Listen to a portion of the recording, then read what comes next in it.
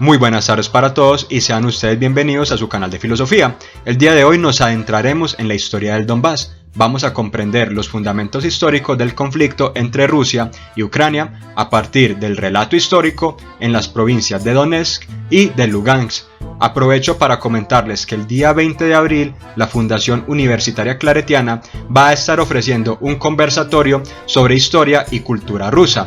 Les adjunto este flyer y la información en el primer comentario.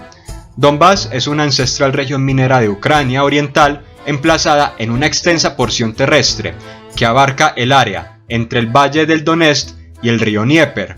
En lo concerniente a la organización administrativa del territorio, Donbass cuenta con dos provincias: Donetsk, fundada en el año de 1869 por el grupo empresarial británico de explotación de hierro a la cabeza de John Hughes, y Lugansk, que fue fundada en 1795 por el industrial escocés Charles Gascoigne.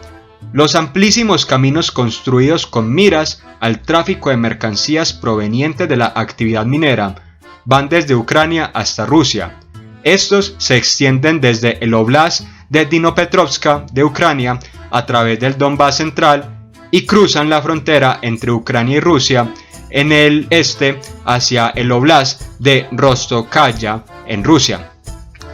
Tras la caída de la Unión Soviética, la región del Donbass sufrió cambios importantes que tienen mucho que ver con la actual configuración del Estado Nacional Ucraniano. El escenario postsoviético es más que desolador. La pobreza material, la miseria y el hambre son la orden del día, y esto debe aunársele a la inminente crisis demográfica vivida desde la década de 1990. Estos factores adversos han acrecentado el descontento entre la clase trabajadora. La centralizada economía soviética había puesto su acento en este tipo de industrias pesadas, y la política estatal estaba timoneada por la cobertura total de empleos para toda la población en aras de extraer y transformar a todos los recursos naturales disponibles. El crecimiento continuo de la fuerza laboral en Donbass y en Ucrania en su conjunto se detuvo para el año de 1985 con el inicio de las reformas de la perestroika de Gorbachov. Asimismo, la agricultura ucraniana de esta región padeció un decrecimiento considerable, dejando devastada a gran parte de la población campesina. Durante la Edad Media, esta región era reconocida por ser indómita y se le conocía como los campos salvajes. Básicamente estuvo inhabitada hasta mediados del siglo XVIII. La palabra Donbass, o Donbass con una sola S, proviene del acrónimo Donetsk Basin, que es una abreviatura de la frase Donetsk Coal Basin. Claramente sus reservas de mineral han sido el mayor atractivo para aquellos que codician sus riquezas. La amplísima infraestructura volcada hacia la extracción de carbón ha suscitado las condiciones óptimas para el desarrollo de la industria de metales pesados como el hierro. Esta zona de Europa Oriental apenas vino a ser fuertemente habitada desde finales del siglo XIX.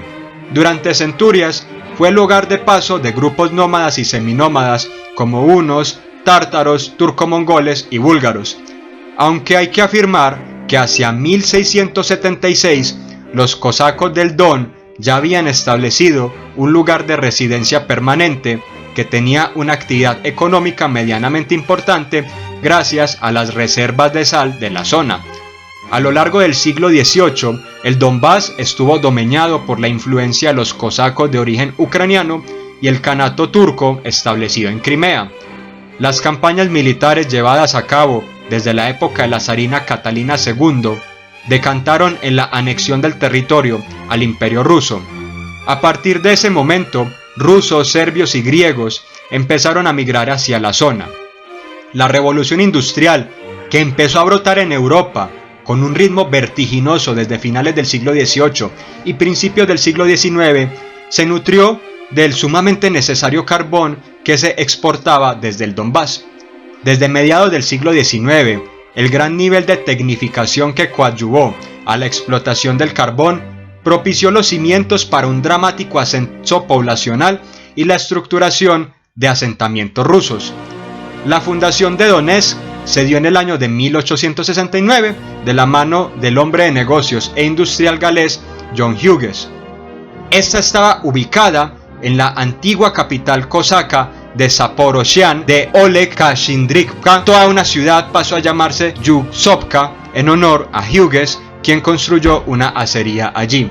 Con el crecimiento de Yusovka y algunos conglomerados urbanos aledaños que se arraigaron en la dinámica de explotación de los ricos recursos naturales de la zona, fue arribando una gran masa campesina sin tierra que provenía de las gobernaciones periféricas del Imperio ruso y se mudaron allí con la esperanza de adquirir mejores oportunidades laborales.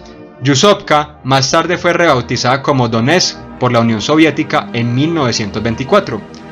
Desde inicios del siglo XX, el grueso del proletariado industrial del Donbass estaba compuesto por rusos, mientras que la zona rural era en su gran mayoría ucraniana. Aún así, los trabajadores rurales que emigraban a la ciudad asimilaron las costumbres de los rusos, fenómeno que fue persistente después de la victoria bolchevique.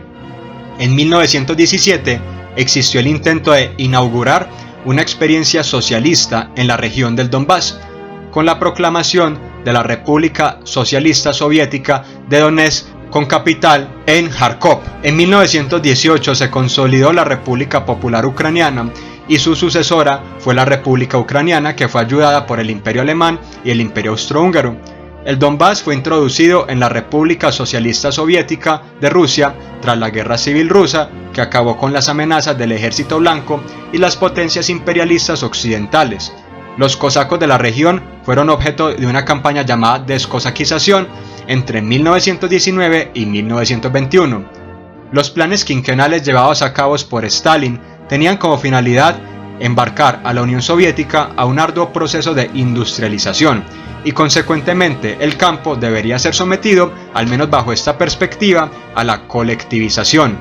Muchos campesinos ucranianos se opusieron a entregar sus predios, pero ello no detuvo la marcha estatal sobre los territorios rurales.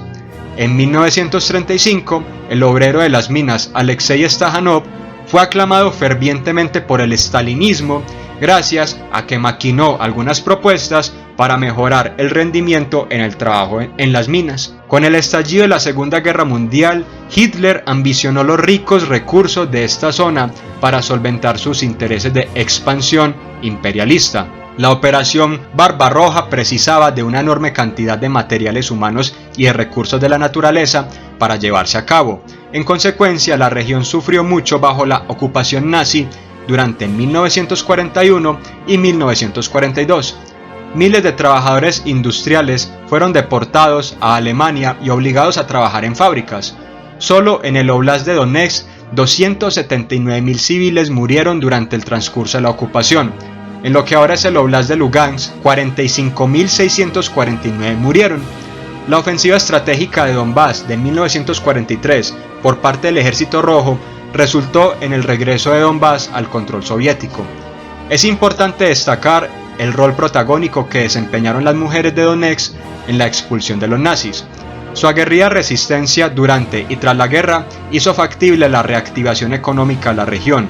Para 1946, gracias al empuje de las mineras, se extrajeron 4 millones de toneladas más que en el año anterior a la guerra. Se estima que entre 1943 y 1947, más del 80% de las trabajadoras eran mujeres, efectivamente. Hubo movimientos nacionalistas ucranianos que se alinearon con los intereses nazis. Stefan Bandera, por ejemplo, fue un personaje que simpatizó con las consignas nacionalsocialistas y se unió a ellos para zafar a Ucrania de la influencia de la Unión Soviética. Bandera fue entrenado por la Abwehr alemana para hacer contraespionaje en la Unión Soviética, Polonia ocupada y Ucrania, lo que hizo hasta 1941. Ese año Bandera y sus seguidores firmaron una declaración de independencia de Ucrania y anunciaron una alianza con la Alemania de Hitler. Para 1959, el Donbass contaba con más de 6 millones de obreros rusos. Ahora bien, ya para la década de 1990, tras la caída de la Unión Soviética y tras el posicionamiento de mafias oligárquicas en los antiguos estados soviéticos, los sindicatos y centrales obreras abogaban por la posibilidad de gestionar la vida económica de la región bajo sus propios términos. Entre 1993 y 1994 se vivenciaron levantamientos obreros que surgieron tras la crisis económica y el estancamiento de los salarios. Entre las demandas de los trabajadores se encontraban la federalización, el reconocimiento del ruso como la otra lengua oficial del Donbass y la autonomía administrativa. Con la privatización de las antiguas empresas estatales soviéticas, advino el ascenso de una camarilla de capitalistas corruptos timoneados por clanes y mafias de orígenes tanto rusos como ucranianos. Desde 1991, diversos grupos nacionalistas y reaccionarios han aprovechado la destrucción del tejido social postsoviético para consolidar sus esferas de interés a nivel político interno y garantizarle a las potencias occidentales su porción de los recursos primarios, vías de tráfico de mercancías y productos industriales. La desintegración de las antiguas repúblicas soviéticas facilitó que grupos de mafiosos oligarcas locales y élites alineadas con intereses extranjeros pudiesen acceder a empresas estatales a precios irrisorios o directamente como el resultado de la rapiña. El tránsito de una economía planificada a un mercado dominado por bandas criminales y grupos nacionalistas decantó en una inestabilidad endémica en diversos sectores geoestratégicos de Europa Oriental. Estos grupos oligárquicos, emplazados tras el desvanecimiento de la influencia soviética, maximizaron las posibilidades de adquirir ganancias, perpetuando alianzas con Occidente, que ya goza de un amplísimo mercado de actividades legales y otras al margen de la ley. Desde 1914, bajo la dirección de Kiev, se han nombrado a terribles aristócratas regionales en Donetsk, Kharkov, Dniepropetrovsk, etc. Los trabajadores de las regiones industriales del sur y del este entendieron que cualquier acuerdo con el Fondo Monetario Internacional y la Unión Europea y la ruptura de relaciones con Rusia sería perjudicial para ellos.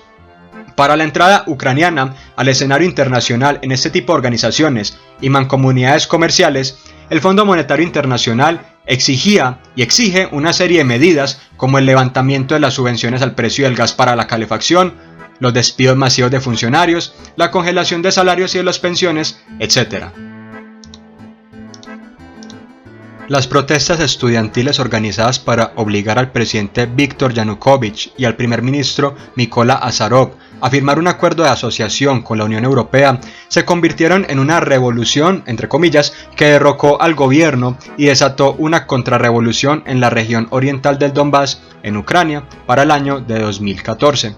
La revolución, o más bien su éxito, asustó a Rusia y al presidente Vladimir Putin, quien ordenó la puesta en marcha de un plan para anexar Crimea. Las fuerzas nacionalistas dentro de la Federación Rusa, preparadas por los medios rusos durante años y entusiasmadas con la anexión, se encargaron de liberar al este de Ucrania del resto del país. Detrás de ellos venían soldados y equipos militares rusos, aunque el Kremlin insistió en que no estaban al servicio militar oficial de la Federación Rusa. Realmente hay muchas aristas que analizar de este conflicto y vale la pena ver su pasado histórico, su pasado cultural. Es posible asimilarlo a través de las fuentes. Espero que si te ha gustado el video te suscribas y nos veremos en una próxima ocasión.